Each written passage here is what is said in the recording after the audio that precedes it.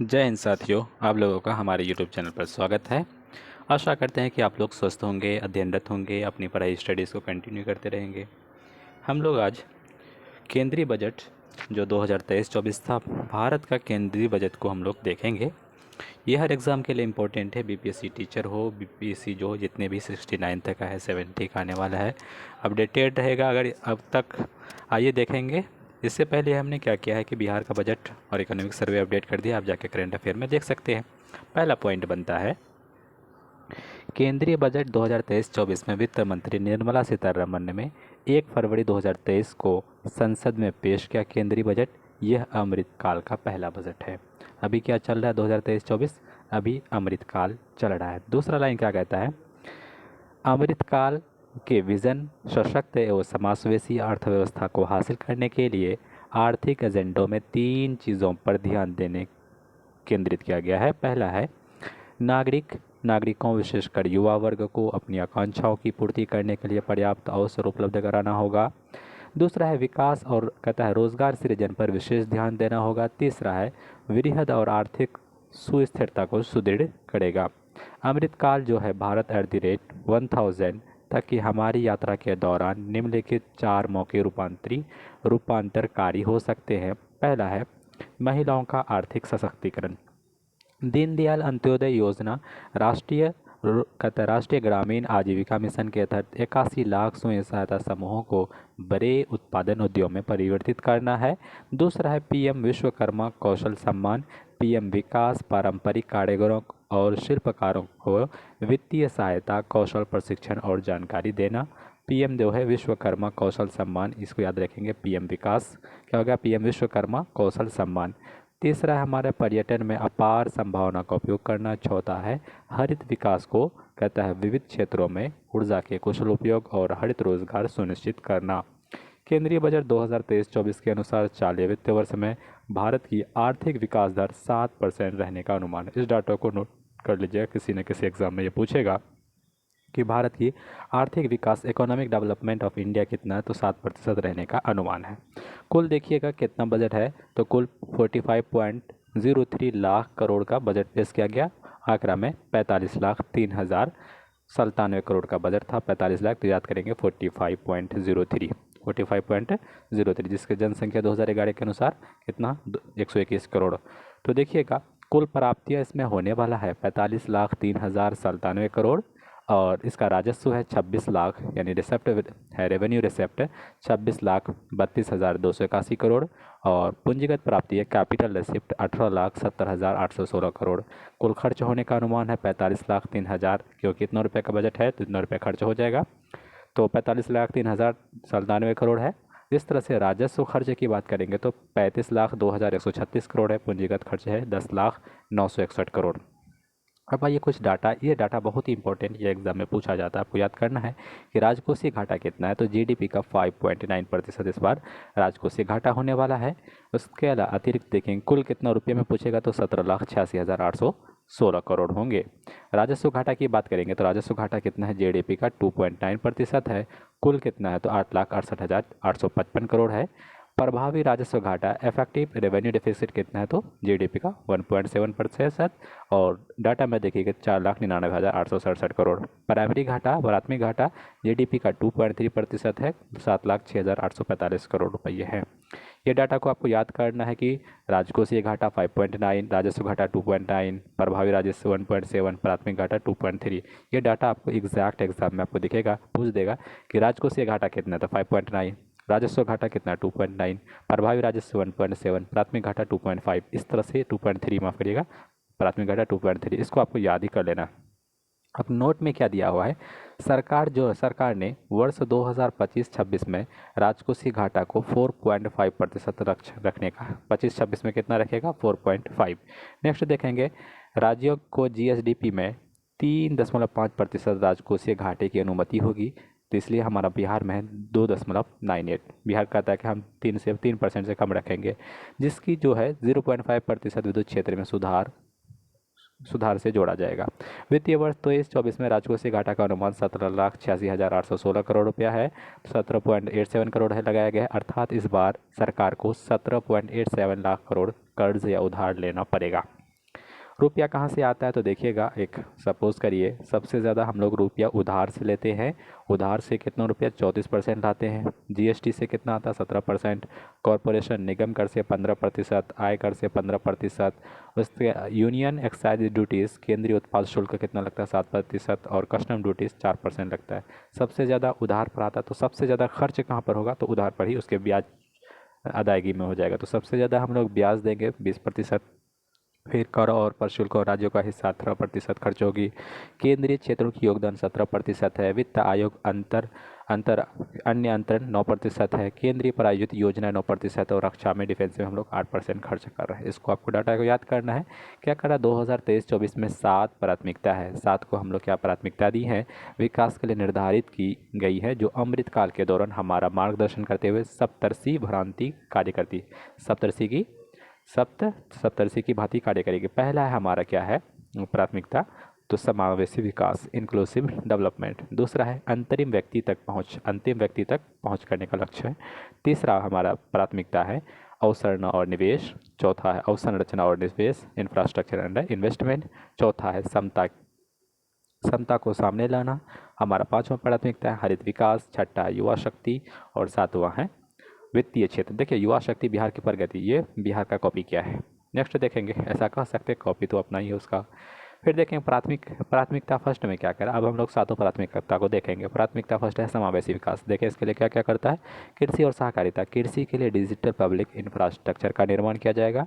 ग्रामीण क्षेत्रों में युवा कहता है उद्यमी और एग्री स्टार्टअप खोलने में प्रोत्साहन करने के लिए एग्रीकल्चर क्या कहता है एक्सेलरेटर फंड, कृषि वर्धक निधि स्थापित की जाएंगी।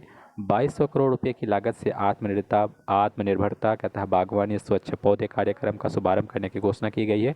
उद्देश्य क्या है कि उच्च गुणवत्ता वाली बागवानी फसल के लिए रोग मुक्त और गुणवत्तापूर्ण पौधे सामग्री की उपलब्धता करना। आत्मनिर्भरता बागवानी और स्वच्छ पौधे कार्यक्रम। देखिएगा केंद्रीय वित्त मंत्री हमारा निर्मला सीतारमण है। मोटे अनाज को लोकप्रिय बनाने के लिए श्री अन्न नाम का बजट भाषण दिया। कौन सा, श्री अन्न नाम से। भारत कहता है श्री अन्न का सबसे बड़ा उत्पादक और दूसरा सबसे बड़ा निर्यातक है। भारत को श्री अन्न का वैश्विक केंद्र बनाने के लिए भारतीय बाजरा अनुसंधान संस्थान हैदराबाद को उत्कृष्टता केंद्र के रूप में बढ़ावा दिया जाएगा।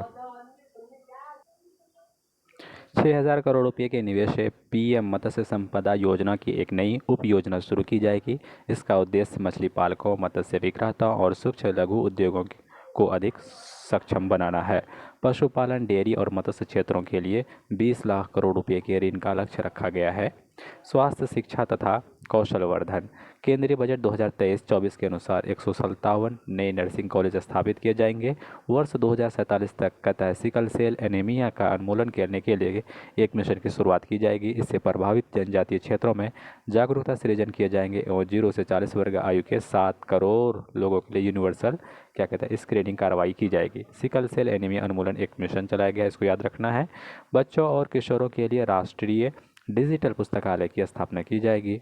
कहता है फार्मास्यूटिकल अनुसंधान को बढ़ावा देने के लिए नए कार्यक्रम की शुरुआत होगी। दूसरी प्राथमिकता है अंतिम व्यक्ति तक पहुंच। देखें इसमें क्या क्या किया जा रहा है कि आकांक्षी जिला कार्यक्रम की सफलता को देखते हुए सरकार 500 ब्लॉकों में आकांक्षी ब्लॉक कार्यक्रम शुरू करेगी। विशेष रूप से संवेदनशील जनजातीय समूहों की सामाजिक आर्थिक सुधार स्थितियों में सुधार लाने के लिए प्रधानमंत्री PVTG विकास मिशन शुरू किया जाएगा। अगले 3 वर्षों में इस मिशन को लागू करने के लिए 15,000 करोड़ रुपए की राशि उपलब्ध कराई जाएगी। अगले 3 वर्षों में केंद्र 3.5 लाख जनजातीय क्षेत्रों के लिए छात्रों के लिए चलाए जा रहे 740 एकलव्य मॉडल स्कूलों में 38,800 अध्यापक और सहायक कर्मचारियों की नियुक्ति की जाएगी प्रधानमंत्री PVTG विकास मिशन के तहत। इसमें दिया गया। आइए नेक्स्ट कॉलम में क्या कह रहा है, यह हमारा दूसरा प्राथमिकता था। और इसमें क्या है देखेंगे कि कर्नाटक के क्या कह रहा है, कर्नाटक के सूखा प्रबंधन मध्य क्षेत्र में संधारणीय सूक्ष्म सिंचाई तथा पेयजल की सुविधा मुहैया कराने के लिए ऊपरी भद्रा परियोजना को केंद्रीय सहायता दी जाएगी। आपको याद रखना ऊपरी भद्रा परियोजना कहाँ पे, कर्नाटक में चलाई जा रही है। PM आवास योजना के परिव्यय में 66% वृद्धि कर 69,000 करोड़ रुपये से अधिक किया गया है। PM आवास योजना का परिव्यय 66% से बढ़ाकर 69,000 करोड़ अधिक किया गया। भारत क्या कहता है, भारत साझा पुरालेख निधान भारत सीरी एक प्रकार का डिजिटल पुरालेख पांडुलिपि संग्रहालय है। इसके प्रथम चरण में 1 लाख प्राचीन पुरालेखों का डिजिटलीकरण करके इसमें स्थापित किया जाएगा। भारत सीरी याद रखेंगे, जेल में बंद निर्धन व्यक्तियों जो जमानत राशि व्यवस्था करने में असमर्थ है उन्हें वित्तीय सहायता प्रदान करनी जाएगी। इस बजट में घोषणा किया गया। तीसरा हमारा प्राथमिकता है, क्योंकि 7 प्राथमिकता में तीसरा प्राथमिकता है कि अवसंरचना और निवेश। क्या कहता है? अवसंरचना निवेश में तेजी लाने के लिए 1.3 लाख करोड़ रुपये बढ़े हैं। परिव्यय के साथ राज्यों के लिए 50 वर्षीय ब्याज मुक्त ऋण को और 1 वर्ष जारी रखने का निर्णय लिया गया है। रेलवे के लिए 2.4 लाख करोड़ रुपये की पूंजीगत निधि का प्रावधान किया गया, जो अब तक के रेलवे के इतिहास में सर्वाधिक राशि का आवंटन है। क्षेत्रीय हवाई कनेक्टिविटी में सुधार के लिए 50 अतिरिक्त हवाई अड्डों का पुनरुद्धार किया जाएगा। शहरी अवसंरचना विकास कोष UIDF की स्थापना प्राथमिकता वाले क्षेत्रों में आय ऋण की कमी के उपयोग के माध्यम से होगी। इसका प्रबंधन राष्ट्रीय आवास बैंक के द्वारा किया जाएगा। इसका उपयोग Tier 2 और Tier 3 शहरों में अवसंरचना के निर्माण के लिए सार्वजनिक एजेंसियों द्वारा किया जाएगा। कहता है इसके लिए सरकार प्रति वर्ष 10,000 करोड़ रुपए की धनराशि उपलब्ध कराएगी। शहरी अवसंरचना विकास कोष का गठन किया जाएगा, आपको याद रखना है। चौथा प्राथमिकता है हमारा कि सक्षमता को सामने लाना। कहता है एकीकृत ऑनलाइन प्रशिक्षण के लिए iGOT कर्मयोगी नामक एक प्लेटफॉर्म किया जाएगा। इसको याद रखिए, बहुत इंपॉर्टेंट है iGOT कि एकीकृत इंटीग्रेटेड ऑनलाइन प्रशिक्षण के लिए iGOT कर्मयोगी नामक एक प्लेटफॉर्म शुरू किया जाएगा। देश के शीर्ष शिक्षण संस्थानों के लिए कृत्रिम बुद्धिमत्ता के लिए 3 उत्कृष्टता केंद्र खोले जाएंगे। स्टार्टअप और शिक्षाविदों द्वारा नवाचार और अनुसंधान शुरू करने के लिए राष्ट्रीय डाटा शासन नीति लाई जाएगी। नेक्स्ट देखेंगे, न्याय के प्रशासन में दक्षता लाने के लिए 70,000 करोड़ रुपये की परिव्यय से ई-न्यायालय परियोजना का चरण 3 शुरू किया जाएगा। MSME के संविदा निष्पादन के लिए सरल बनाने के लिए विवाद से विश्वास लाया जाएगा पहल।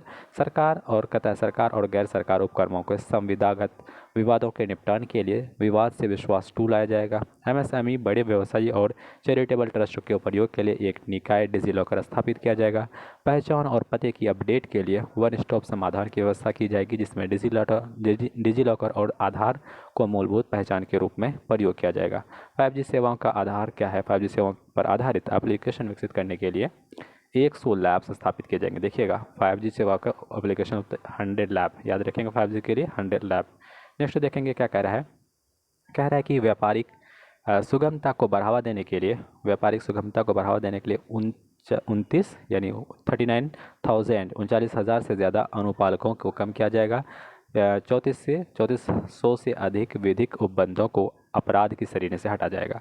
42 केंद्रीय विधान कहता है अधिनियमों में संशोधन के लिए जन विश्वास विधेयक पेश किया जाएगा। हमारा 5वीं प्राथमिकताएं हैं कि पर्यावरण के प्रति सजग जीवन शैली के आंदोलन को गति देने के लिए लाइव शुरू किया गया था, जिसकी चर्चा बजट भाषण में की गई है।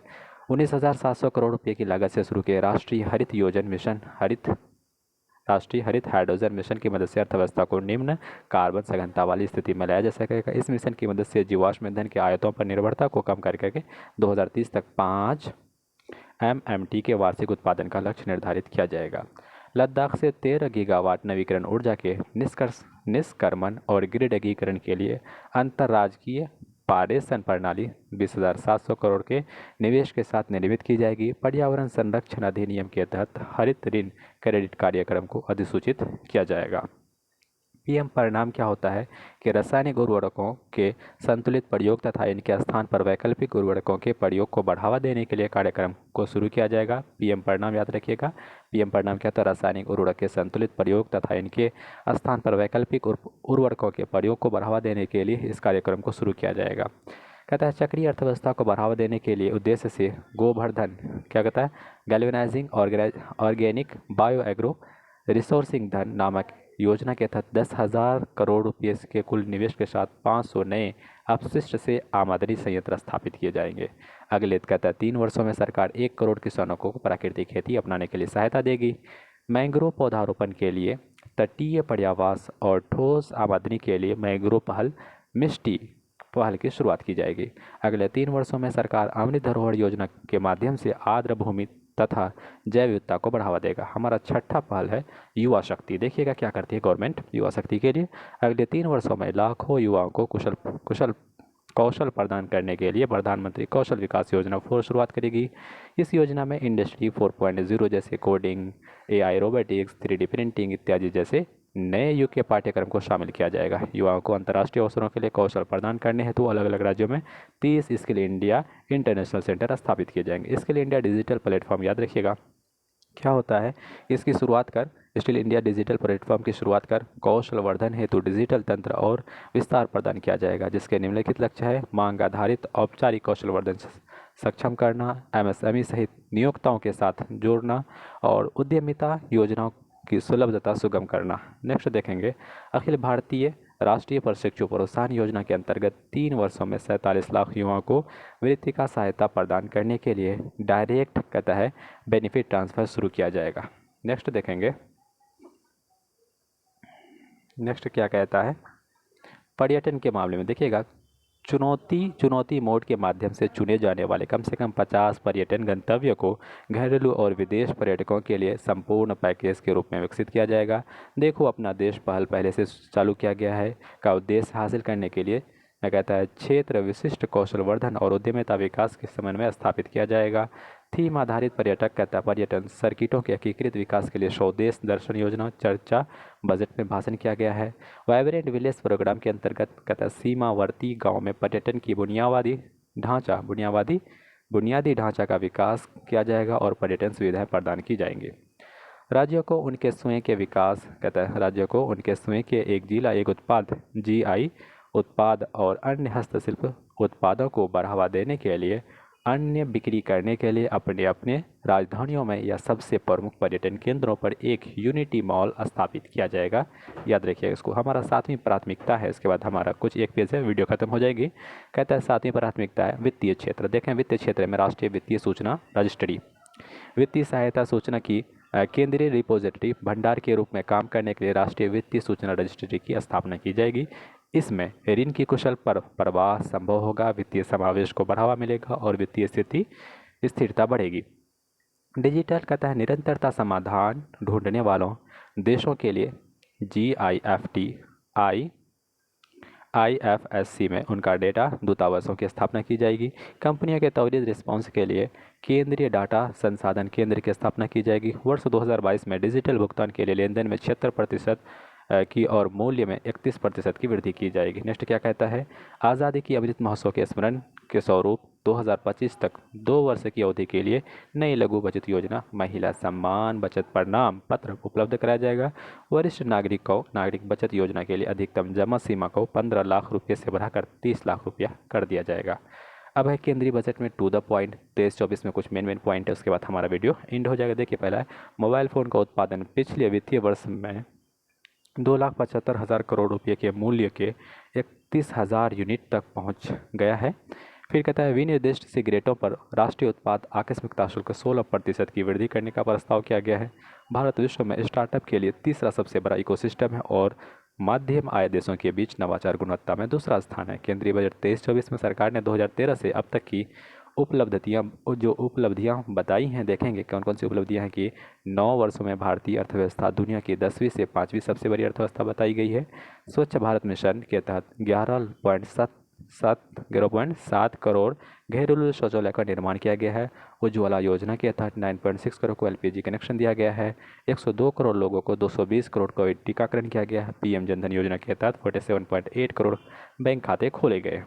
नेक्स्ट देखें और क्या उपलब्धि बताती है कि PM सुरक्षा बीमा PM जीवन ज्योति बीमा योजना के तहत 44.6 करोड़ व्यक्तियों के लिए बीमा कवर किया गया। एक बार फिर पढ़ देते हैं, PM सुरक्षा बीमा योजना PM ज्योति योजना के तहत 44.6 करोड़ व्यक्तियों के लिए बीमा कवर किया गया है। PM सम्मान निधि के तहत देखिए PM सम्मान निधि किसान सम्मान निधि 11.4 करोड़ से अधिक किसानों को 2.2 लाख करोड़ रुपये की नकद हस्तांतरण किया गया। प्रति व्यक्ति आय दोगुनी से अधिक होकर 1.7 लाख रुपये हो गई है। प्रति व्यक्ति आय दोगुनी से भी अधिक होकर के 1.97 लाख रुपये हो गई है। व्यक्तिगत आयकर देखेंगे इसमें क्या कह रहा है कि नई कर व्यवस्था में 7 लाख रुपये के आय वाले व्यक्तियों को कोई भुगतान नहीं किया जाएगा। कोई कर 7 लाख रुपये के 7 लाख रुपये तक के आय वाले व्यक्ति को कोई टैक्स नहीं देना पड़ेगा।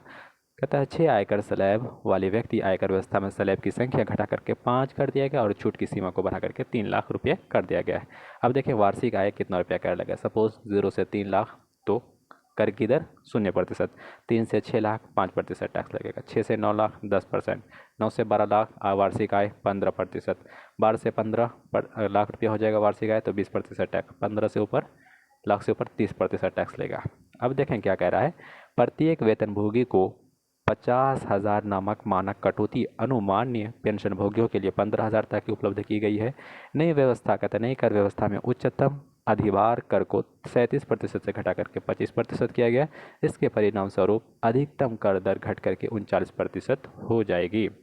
अब देखते हैं 2023-24 के योजनाओं में खर्च। टॉप 4 खर्च है सबसे ज़्यादा। प्रधानमंत्री आवास योजना में 69,590 करोड़ खर्च किया गया है। जल जीवन मिशन 70,000 करोड़ खर्च किया गया। पहले प्रधानमंत्री आवास, उसके बाद जैसे घर दे देंगे उसके बाद पानी देंगे। उसके बाद मनरेगा में 60,000 हमेशा तीसरा रैंक पर रहता है।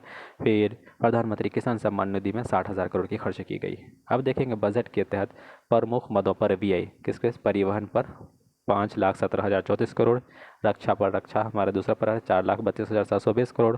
ग्रामीण विकास पर 2,38,202 करोड़। शिक्षा पर 1,12,899 करोड़। बजट 23-24 के तहत विभिन्न मंत्रालय पर, जो मंत्रालय है उसमें टॉप खर्चे पर देखेंगे 5 टॉप है। जैसे रक्षा मंत्रालय पर टॉप 5.94 लाख करोड़।